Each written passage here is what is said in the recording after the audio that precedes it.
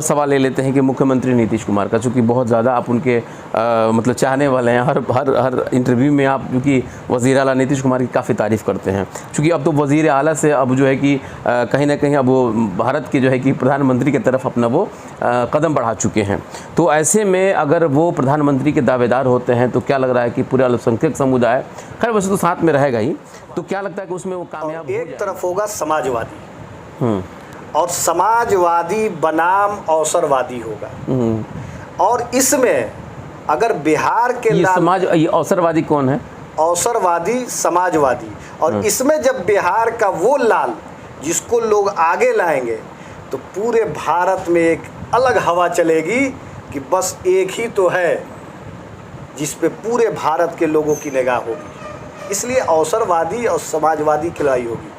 Doctor S D प्रसाद, homeopathic द्वारा 40 सालों से असाध्य रोगों का सफल इलाज का अनुभव, कैंसर, लिवर, सिरोसिस, पैरालिसिस आदि समस्याओं के लिए आज ही मिले डॉक्टर एस डी प्रसाद, पतिभरा आरजीडी मेमोरियल हॉस्पिटल, खुरमाबाद, ग्रामीण बैंक तकिया के पास। BA, BCom, BSc, MA, MCom करें विश्व की सबसे बड़ी यूनिवर्सिटी इग्नू से। सॉल्व असाइनमेंट्स और गाइड बुक्स प्राप्त करें। संपर्क करें Mahakal computers, DAV PG college के पास, पंच मंदिरा मोड़ से दाहिने। 2024 चुनाव में तो अभी टाइम है, बाकी है, लगभग 2 साल बाकी है। लेकिन चुनाव जो कि जिस तरीके से पार्टियां हैं कि चुनाव के मोड में अभी से ही आना शुरू हो चुकी है, चाहे वो UPA हो या फिर NDA हो, लेकिन मुद्दों की जो तलाश होती है वो सबसे ज़्यादा अगर किसी को होता है तो भारतीय जनता पार्टी को होता है, क्योंकि वही जो है कि नए नए मुद्दों के ऊपर चुनाव लड़ती है। और जो मुद्दे जिसमें जो है कि धार्मिक एंगल मिल जाए, जो कि उसकी पहचान कही जाती है, उस पे वो काफ़ी जो है कि जिस तरह से कहा जाता है ना कि क्रिकेट पिच पे ज़बरदस्त तरीके से बॉलिंग या बैटिंग हो, तो ठीक राजनीतिक पिच पे भी बीजेपी उसी तरीके से खेलती है। अभी एक नया मुद्दा चल रहा है भारतीय जनता पार्टी का, खास करके उत्तर प्रदेश में मदरसों का जो है कि उसकी जो सर्वे की जा रही है, इस सर्वे में हालांकि कोई ख़राबी नहीं है, ख़राबी किसी भी चीज़ में नहीं होनी चाहिए, जो कि सरकार चाहती है कि नहीं इसका सर्वे हो करके सामने आ जाए कि उसमें क्या क्या पढ़ाई होता है, कैसे कैसे पढ़ाई होता है, क्या क्या चीज़ें होती हैं, इन सारी चीज़ों तक तो सही है। लेकिन अगर विपक्ष की बात करें या एक आम आदमी की बात करें या फिर मदरसों में जो असातिज़ा हैं उनकी हम अगर बात करें तो उन्हें इस बात पे एतराज़ है कि आखिर मदरसों की ही जो है कि सर्वे क्यों हो रही है। सर्वे हर उस इदारे का होना चाहिए जिससे हम शिक्षा हासिल करते हैं, चाहे वो RSS के द्वारा बनाए गए स्कूल हो, प्राइवेट स्कूल हो, सरकारी स्कूल हो, या फिर वो सभी इदारे हों जिसमें शिक्षा दी जाती है। आज इन्हीं सब बात को समझने के लिए हम हैं मौलाना इमरान साहब के पास, जो कि ऑल मदरसा युवा शिक्षक संघ के बिहार के प्रदेश अध्यक्ष हैं, और इन सारी मुद्दों पर मैं इनसे जानने की कोशिश करूँगा। तो सबसे पहले तो खैर मकदम है आपका इस 24 न्यूज़ पे। शुक्रिया हज़रत, मैं पहला आपसे एक सवाल ही जानना चाहूँगा कि जो उत्तर प्रदेश में अभी मदरसों का जो सर्वे का बात चल रहा है, तो काफ़ी लोग इस पर अपना कमेंट कर रहे हैं, कुछ लोगों को एतराज़ भी है, जैसे असदुद्दीन अवैसी साहब ने इस पर एतराज़ जाहिर किया है, तो क्या आप लोगों को भी इसमें एतराज़ है क्या? देखिए, मदरसों के सर्वे को लेकर जिस तरीके का माहौल बनाया गया, चाहे वो मीडिया हो, नेशनल मीडिया हो, इसलिए कि इस माहौल को मीडिया ने ज़्यादा बनाया। आप बताइए सर्वे से क्या डर है? अगर सर्वे करना है, नियत ठीक है तो, वरना अगर आप चाहते हैं कि नहीं हो तो भी वो और रेस पकड़ेगा कि भाई क्यों नहीं मदरसे के लोग चाह रहे हैं, सवाल ये खड़ा हो जाएगा। लेकिन हमको सर्वे से कोई डर नहीं, आप सर्वे कराइए, लेकिन जो उनका मौलिक अधिकार है, आर्टिकल 29 और 30 जो भारत का संविधान बोलता है कि जो डॉक्टर भीमराव अम्बेडकर ने लिखा है, उसमें साफ है कि आप इदारा को खोल सकते हैं, इदारे को चला सकते हैं, उसमें कहीं किसी तरह की कोई दिक्कत नहीं है। अब आप एक चीज़ बताइए कि सर्वे की बात आई, उत्तर प्रदेश में हुआ, उसकी हवा बिहार में कुछ लोगों ने मीडिया वाले लेके माइक घूमने लगे, सारे मदरसे। सवाल वहाँ नहीं है, सर्वे होना था तो मदरसा का भी होना चाहिए, संस्कृत विद्यालय का भी होना चाहिए, स्कूल का भी होना चाहिए, प्राइमरी स्कूल का भी होना चाहिए, मिडिल स्कूल का भी होना चाहिए, सरकारी का भी होना चाहिए, गैर सरकारी का भी होना चाहिए, ताकि देश में जो इस वक्त तालीम का मामला है वो समझ में आए कि कौन सा सेक्टर सबसे आगे है। आप हमारे मदरसों के सर्वे करके आप क्या कहना चाहते हैं? क्यों बेरोजगारी के वजह सर्वे होना चाहिए ना? देखिए, अभी तो लोग माहौल बना रहे हैं कि मदरसे के नाम पर 24 का चुनाव हो जाए।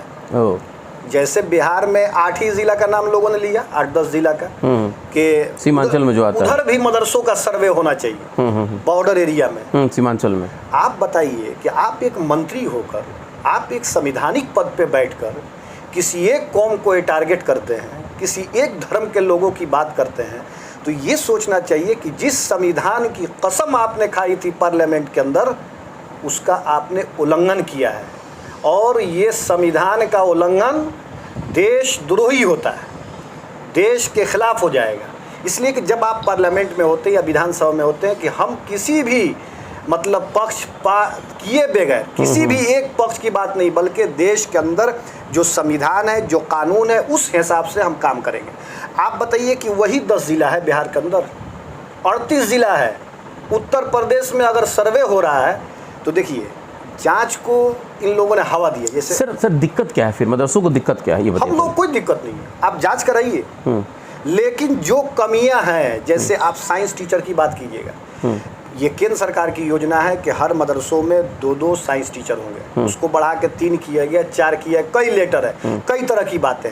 लेकिन जब साइंस टीचर को तनख्वाह 28 महीने से नहीं मिली है, 36 महीने से नहीं मिली है, 2 साल से नहीं मिली है, आप क्या सर्वे के पीछे पड़े हो? तो अभी उत्तर प्रदेश में हो रहा ना, बिहार में तो अभी बाकी है। अरे भाई, तो पूरे बिहार की नहीं, बिहार हो, उत्तर प्रदेश हो, पूरे भारत के मदरसों का जो मामला है, संस्कृत विद्या मतलब साइंस टीचरों का, तो उनकी तनख्वाह मिलनी चाहिए कि नहीं मिलनी चाहिए? अगर आप सर्वे करा रहे हैं तो 16,000 वहाँ मदरसा है ऐड वाला।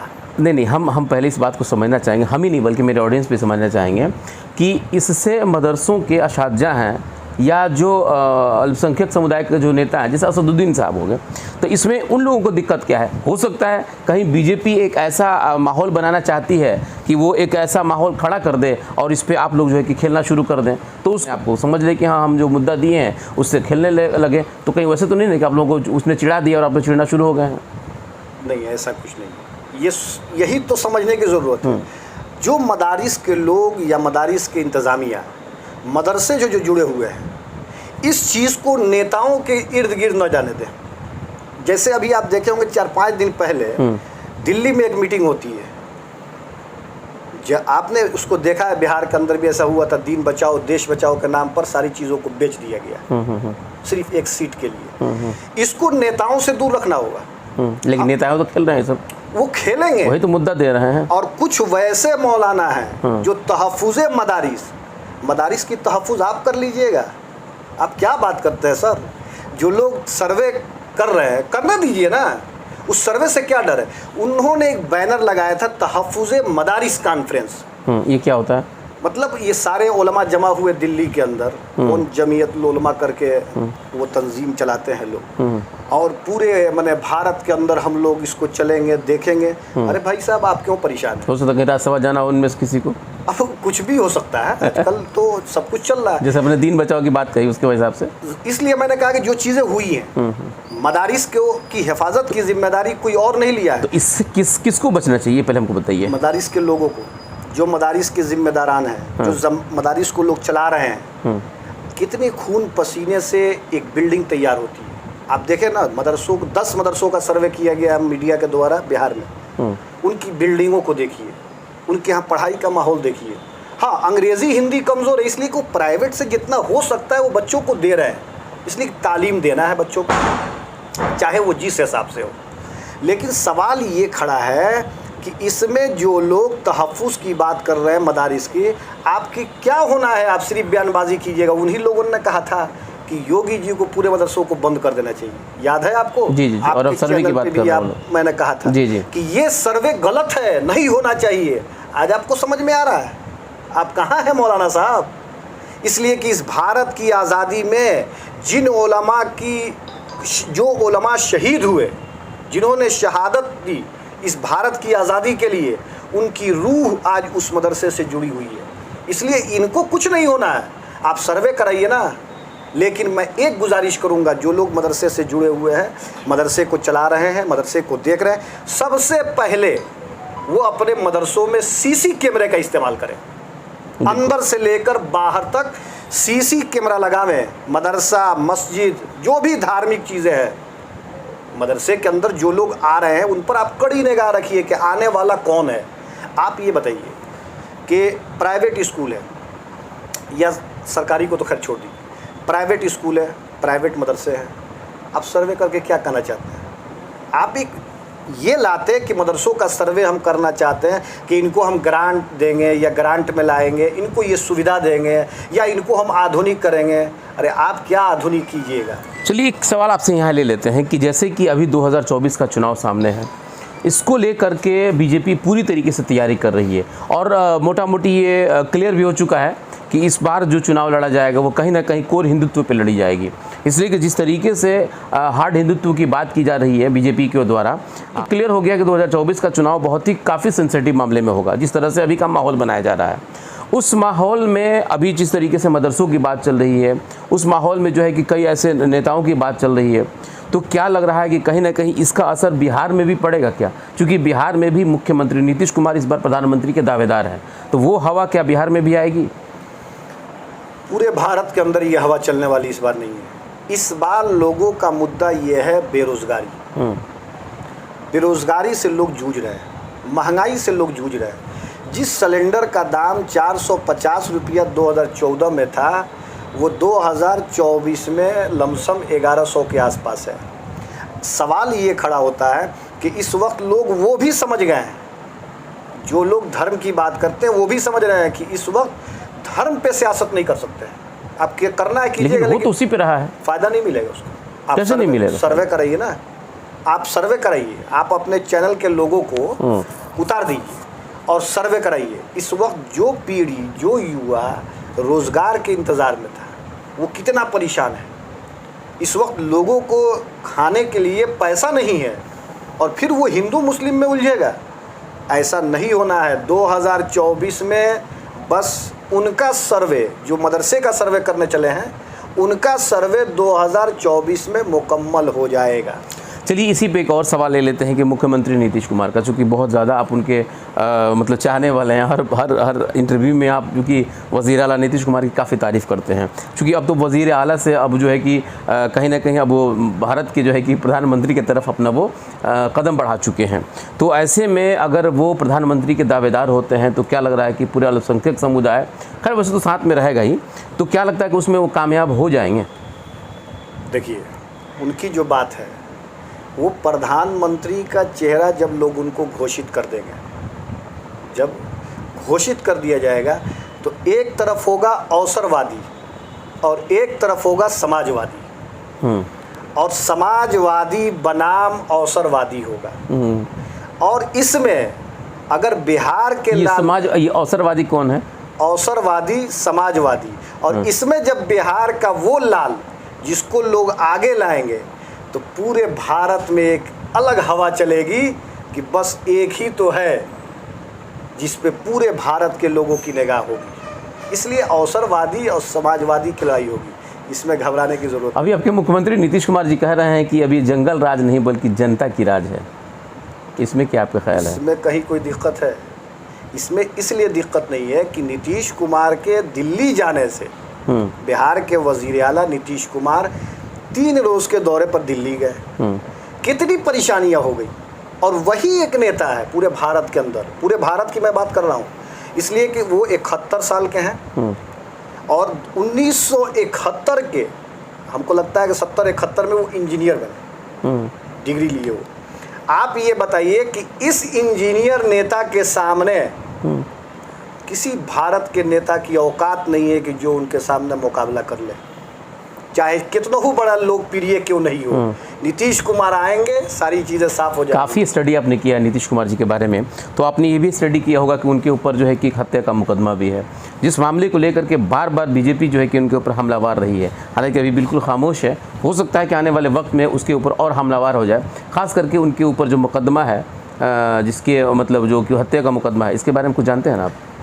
वो अजय कुमार त्रिपाठी के बेंच पे था हाई कोर्ट में, उस केस में वो बरी हो चुके हैं वज़ीर आला नीतीश कुमार। अभी आज उनके ऊपर कुछ भी नहीं है। वैसा साफ छवि का नेता तो है ही नहीं बिहार में, और इस वक्त पूरे भारत में। क्यों लोग कह रहे हैं कि आप आई? अभी आपने सुना ना बंगाल के चीफ मिनिस्टर को, उन्होंने कहा कि हम नीतीश कुमार के साथ रहेंगे। ममता बनर्जी ने बोल दिया है, बोला तो कल का आप देखिए उनका ये बयान चलिए। कि उनका साथ हम देंगे, इसलिए साथ देंगे कि वो परिवारवाद नहीं करते हैं, भ्रष्टाचार नहीं चलेगा, और जो लोग अवसरवादी है उनका भी नहीं चलने वाला है। आप अच्छा अवसरवादी क्यों नहीं हम कहेंगे कि जब आप नीतीश कुमार के साथ बैठते हैं, बिल्कुल नीतीश कुमार के साथ आप बैठते हैं सरकार में, तो नीतीश कुमार बहुत अच्छे हैं, और जब हट गए तो खराब हो गए। क्या कमी है उस आदमी में? जो बिहार के जनता के हित में जो काम करता हो, किया हो, इससे बेहतर और कुछ नहीं हो सकता है। चलिए एक आखिरी सवाल आपसे ले लेते हैं कि बिहार में जो मदरसों के मामला अभी तक चल रहा है, अभी तक चेयरमैन नहीं बन पाए मदरसा बोर्ड का, मदरसा बोर्ड जो है कि अपने हाल पे छोड़ दिया गया है, तो क्या होगा आगे? देखिए, वज़ीर आला नीतीश कुमार से ये मुकम्मल एतमाद और भरोसा रहता है, मुस्लिम कम्युनिटी के जो भी इदारे हैं, लेकिन इसमें ताख़ीर है, ये सच्चाई है और लोगों में इसका आक्रोश भी है।